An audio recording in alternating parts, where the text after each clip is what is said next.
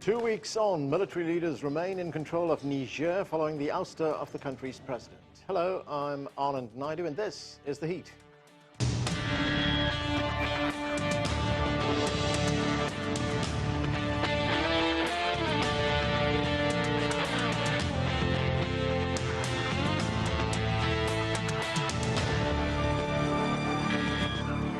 There's been no movement towards resolving the government crisis in Niger. The military intervention threatened by the 15-member Economic Community of West African States, known as ECOWAS, has given way to diplomacy, at least for now. The bloc imposed sanctions and demanded the reinstatement of ousted President Mohamed Bazoum by last Sunday. A change of regime in Niger is seen by some as a blow to the West, more specifically to France and the United States. Niger has become the latest country in West Africa where the army has seized control, following Burkina Faso, Guinea, Mali and Chad, all former French colonies. Well, there is much to talk about. Let's get straight to our panel. Kingsley Moghalu served as Deputy Governor of the Central Bank of Nigeria. He's currently President of the Institute for Governance and Economic Transformation.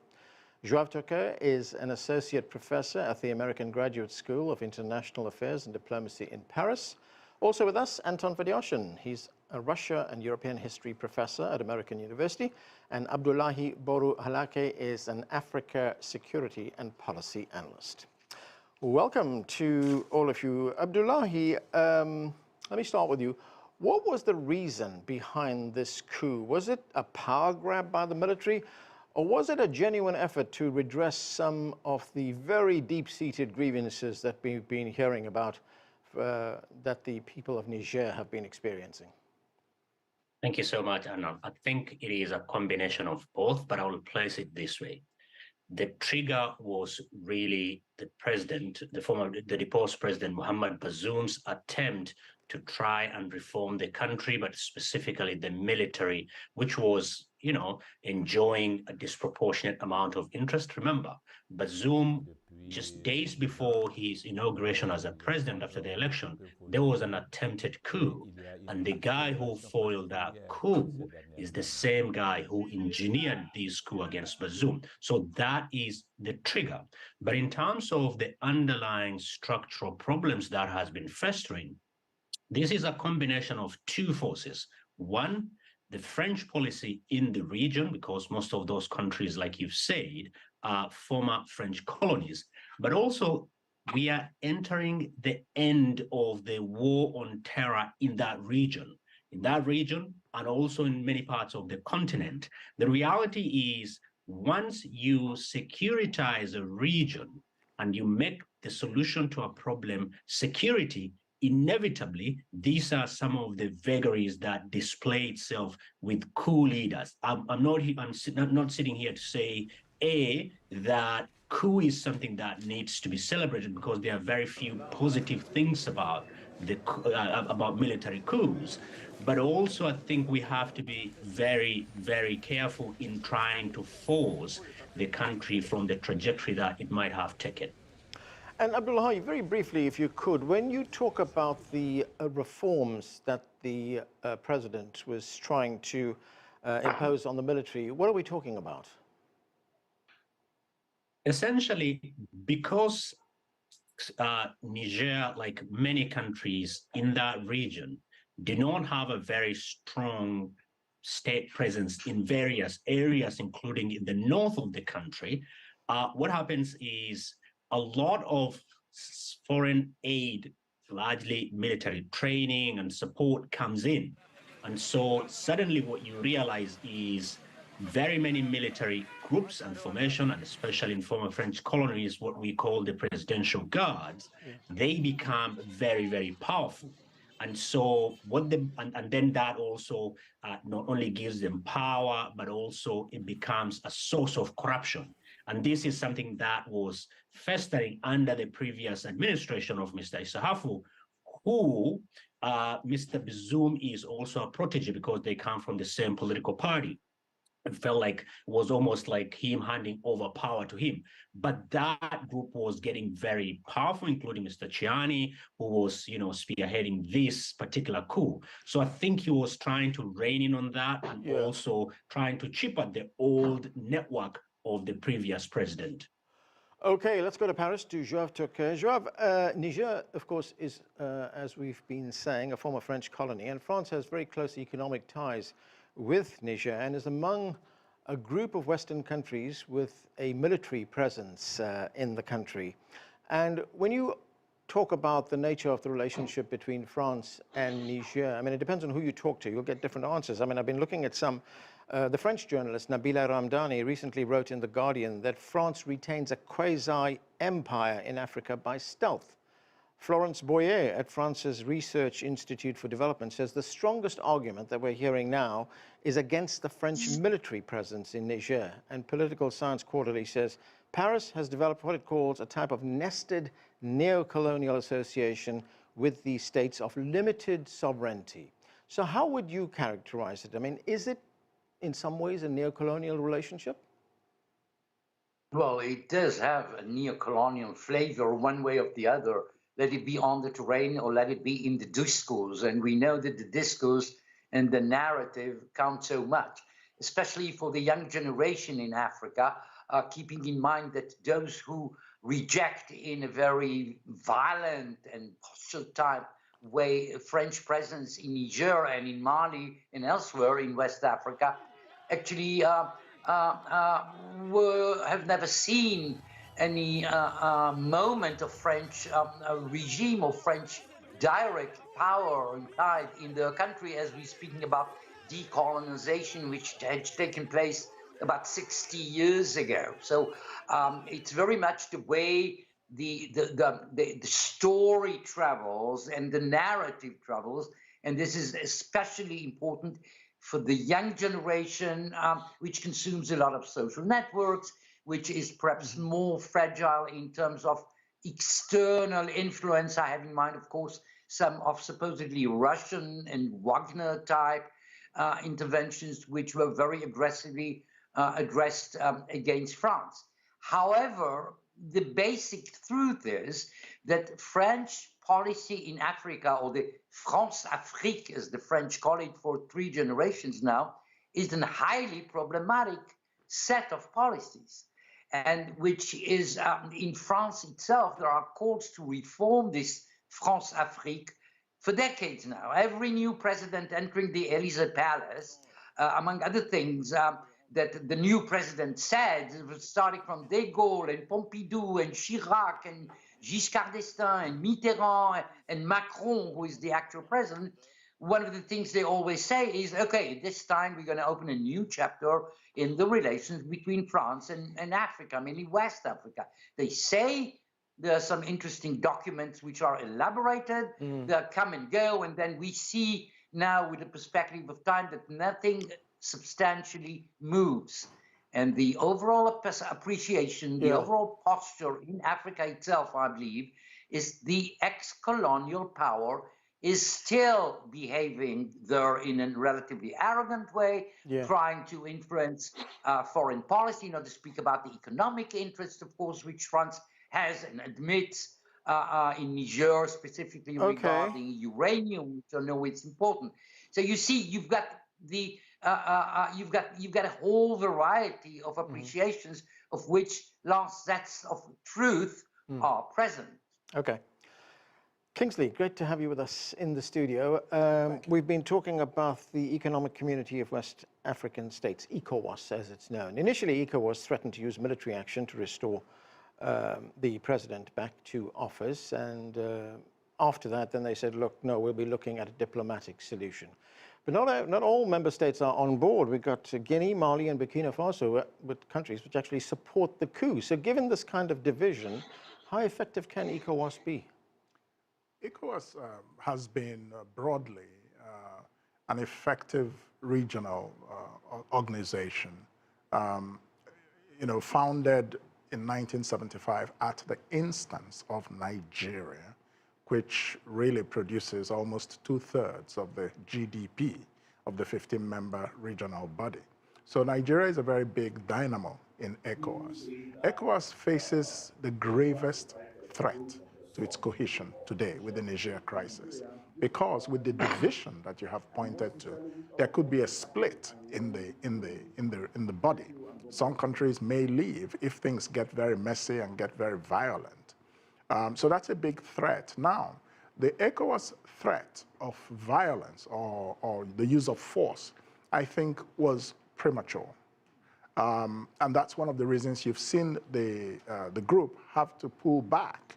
And so, of course, there has been some loss of credibility. One of the reasons that this happened is because any ECOWAS military intervention in Niger will be driven mainly by the Nigerian armed forces. Nigeria is the very big neighbor to the south of Niger, and Niger is a very, very intertwined neighbor to the north of Nigeria. And many, many Nigerians expressed strong reservations, especially at a time like this, when Nigeria is going through a lot of economic crisis. Nigeria is also faced with security problems, and there are also some political challenges, including to Nigeria's democracy itself. The presidential election, we have President Tinubu, but those that lost the presidential election or who were declared the losers are still contesting in court against the sitting president. So, you know, ECOWAS really does face a very, very difficult time. And so many people felt they should push more aggressively diplomacy first, maybe sanctions, and then we will see. But I would say that the most important lesson of the coup in Niger for African leaders is three things. One, you've got to fight terrorism and insecurity effectively. Two, you've got to practice democracy in such a way that is inclusive and brings in a lot of, you know, the components, different opinions in your country. And three, you've got to be an effective state. You've got to govern effectively. In many of these African countries in the Sahel, you see this lacking. And this is what gives rise to this increasing trend of military coups, which is very dangerous because from the coups in Burkina Faso and in Mali, we have not seen the coups solve the problems they claimed they were out to solve. Right, Kingsley, isn't there another risk for ECOWAS here? I mean, we've seen these demonstrations which have taken place in Niamey. Yes. You know, a large part of the country lives in poverty. Yes. A little under 50%. Literacy is only at about 37%. That if ECOWAS plays any role in restoring the president back to office, it will be seen as acting against the interests of ordinary people, the ordinary people of Niger. Well, that's a risk, but it depends on how the narrative is created, and that's why diplomacy is very, very important. Right. The complication we see is that the coup in Niger does seem to be popular with a significant portion, but the fact of the matter is that it breaks the ECOWAS protocols against military interventions. ECOWAS wants to be a region of democratic states, and so it's natural and expected that the ECOWAS will want to intervene in some way to restore democracy. Whether that happens diplomatically, whether it happens militarily is a different matter. But I think it's better if it should happen diplomatically. But that means that some compromises may have to be made with the regime that is in Niger today. Because, as you said, Niger is one of the poorest countries in the world. It's a very large country, larger than Nigeria in landmass. And it's very painful and tragic to see what's happening in the Sahel and in Niger in particular, where African countries are seen as just, you know, things on a chessboard, you know, for foreign global powers. That's really sad. And I think it's time Africans made a real decision about taking charge of their future. Okay. Anton Fadiashian, Western countries have thousands of troops in Niger. The French have about 1,500 troops. The Americans have troops there. They even have a drone base there where drones take off to bomb other African countries.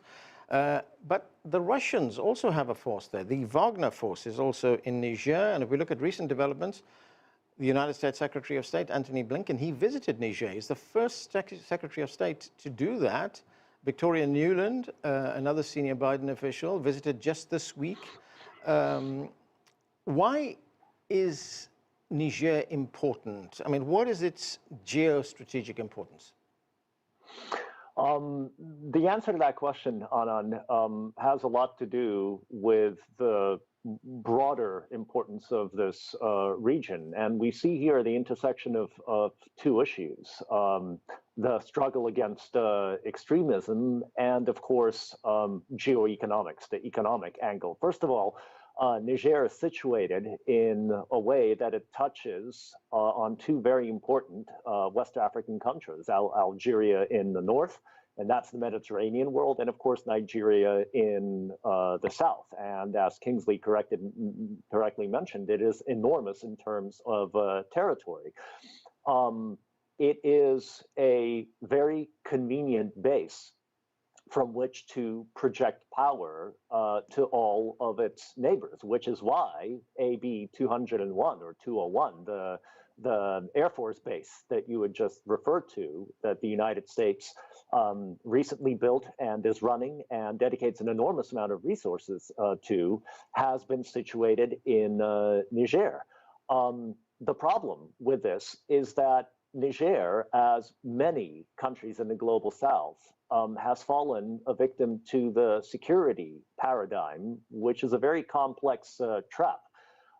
It involves outside states, mostly Western, because they have the resources to conduct a global anti-war campaign, coming in, establishing bases, working closely with the militaries of the countries, including the Nigerian one, by the way, whose ties have not been with China or Russia, but has been with the French and the Americans.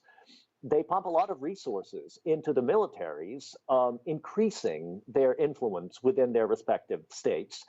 And that reflects not terribly well on the governments that host them, because the rest of the population is unfortunately mired in poverty. And that's the other intersecting issue here that creates the instability, which is the general poverty of this part of the world, which is a great tragedy and in large part, of course, a legacy of European colonialism, which is one that Africa in general as a continent, and the Sahel in particular, is remarkably rich in resources, but the profits from them are horribly, disproportionately spread over the population. There's a comprador class, which has been essentially co-opted by major international corporations, and there's no trickle down effect. And in the context of the Green Revolution, which regardless of how our viewers may feel about it, is a fact, it's unfolding and it's not going to go anywhere, the metals and the resources with which this part of Africa, not just Niger, but the countries next to it, Niger in particular is very rich. These metals, the uranium ore, will become more important, more valuable, more competitive. And so the Green Revolution is beginning to spark a race for resources, which unfortunately, as it always has done, will spill over into conflicts, coups d'etats, political instability. So it is up to the African leadership to see if they can navigate this new world in a way that benefits their nations and their people. Abdullahi, I want to get your view on what Anton was talking about, the fact that you have a country like Niger, which is very rich in natural resources, uranium, iron ore, oil, diamonds. But as Anton pointed out, there is a disproportionate way in which the profits from these natural resources are divided. I mean, the question is, why is a country so richly endowed like Niger is, would still have such a high poverty rate? I think it's an indictment on the elite in the country to begin with, because what the war on terror has done is that it has disincentivized this elite to invest in anything. So what they do is they work with not the State Department, but with the DoD. The DoD says we want to establish a military base here, we offer training, we'll do this. And as a result, what happens is that within the United States, the military industrial complex is very well endowed. So if the DoD signs a deal with the country, it's not just the DoD, there are also outside contractors that benefits from that deal. And some of those monies from these defense contractors goes and it's funneled into the political processes of some of the senators because they're the ones who will determine the budget. Simultaneously, the same happens in some of these countries where the military and the political elite are so much sheltered from accountability, because if the United States one day wakes up and say, hey, look, you're not following good governance, human rights, and all that stuff, we are going to, you should behave. The Nigerian authorities will say, look, we can work with any other countries, or you guys should leave. We'll work with China, we'll work with that. So as a result, the war on terror has created a perverse incentives here in the United States and also in some of the other Western countries, as well as in those countries where war on terror is conducted, including Niger. Yeah. Little wonder you have a massive base, American military base, 110 million, and the French also has a base. As a result, this really makes it very hard for the military leaders or political leaders in these countries to be accountable, leaving a huge chunk of the country. Niger is big. Niger is twice the size of France. So as a result, you're seeing the level of poverty. Why would Niger, that is almost in the top 10, I think it's number 7 in terms of uranium production. That's right, yeah. 70% of its electricity comes from Nigeria. It's a severe repudiation of France-Afrique and war on terror. Yeah. But now it's happening at a time when, yes, we do not have a multipolar world, but we certainly do not live in a unipolar world. Yeah. And that makes it very, very difficult. Okay. But the ultimate loser is an African, it's African people. Okay. Joab Tucker, we're looking at this in so many ways, but it seems that France is central to what is happening in Niger.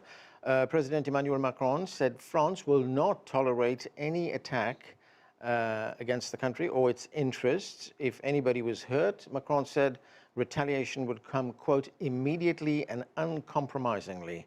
Do you believe the French would actually use military force to secure what it believes are threats to its security, to its interests in the country? Only in an extremely severe and threatening scenario, which I don't think right now is on the immediate ramp. But of course, keep in mind that the French have 1,500 soldiers, not only in Niger, but in Niamey, and not only in the capital, in the airport of the capital, which is practically the #1 strategic site of the country, and which one way or the other would most probably be the base of any military intervention if such an intervention is there in the pipelines, even if the French were not to take place directly or indirectly of such a military initiative, which is, say, EWACS, is on the table, on the agenda. And it's one of the options, the last option, hopefully, but one of the options.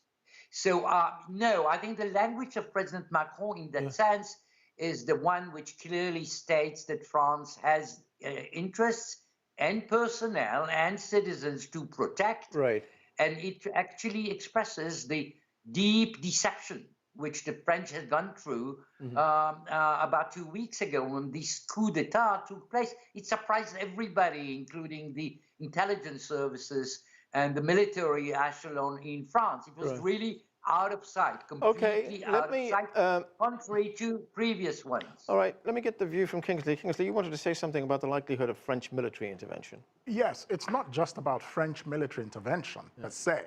I think there's likelihood of further violence and military intervention if the junta refuses to step down. We've just heard two things. We've just heard the formation of some resistance, supposedly internally. This is a very important development, and it's possible that external powers may latch onto that to try to force out the regime that is there now. Secondly, Deputy Secretary of State Victoria Nuland made clear to the junta that the U.S. is opposed to the coup, and also referred to the possibility of the use of force.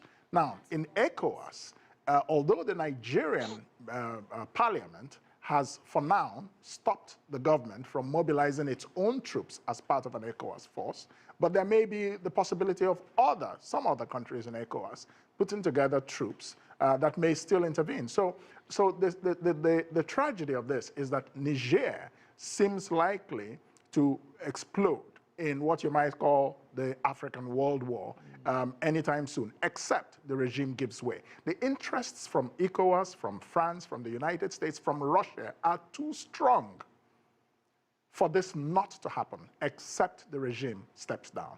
So that's my prognosis. It's a very unfortunate one, but the best path to peace is that the junta negotiates some compromise and agrees to step down and for some return to constitutional order.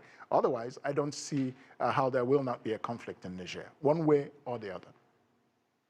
Anton, if we look at this a little bit more broadly, I mean, it looks like this is the new battle for resources on the African continent. It's a little bit reminiscent of the Cold War, isn't it? Are we seeing a new Cold War here? Well, we're seeing a competition for resources. The Cold War was defined for me, at least first and foremost, by ideological struggle. We don't see much of that at all right now, although there are progressivist, leftists, to call them nativist African leaders who certainly sound like the leaders of the decolonization period of the mid-20th century. Ibrahim Traoré, for example, his speech at the Russia-Africa Forum in St. Petersburg, I listened to it carefully. I was stunned by what a throwback it was to the heady days of decolonization fueled by leftist rhetoric. But these are really exceptions. What we're looking at more right now, I think what it resembles more, is the scramble for Africa of the 1880s and the 1890s between the European great powers, because ultimately it's the resources that matter. Regardless, though, whether the scramble would have been driven by ideology or economics, it is up to the Africans to do their best to take their fate into their hands and to prevent outside powers from making pawns of them, as has so often happened in modern history. Kingsley, I've only got about 15 seconds. Sure. What is the outlook? Do you see a solution in the short term, or could this be something that festers for a very long time? I think it could fester for quite a while. But like I said, I see the signs of this regime surviving as very slim. Based on the confluence of factors and interests. Great powers, ECOWAS countries, the outlook is not pretty at all. Okay, and that's where we have to leave it. Thanks to all of you for being with us. That's it for this edition of The Heat. I'm Anand Naidu in Washington, D.C.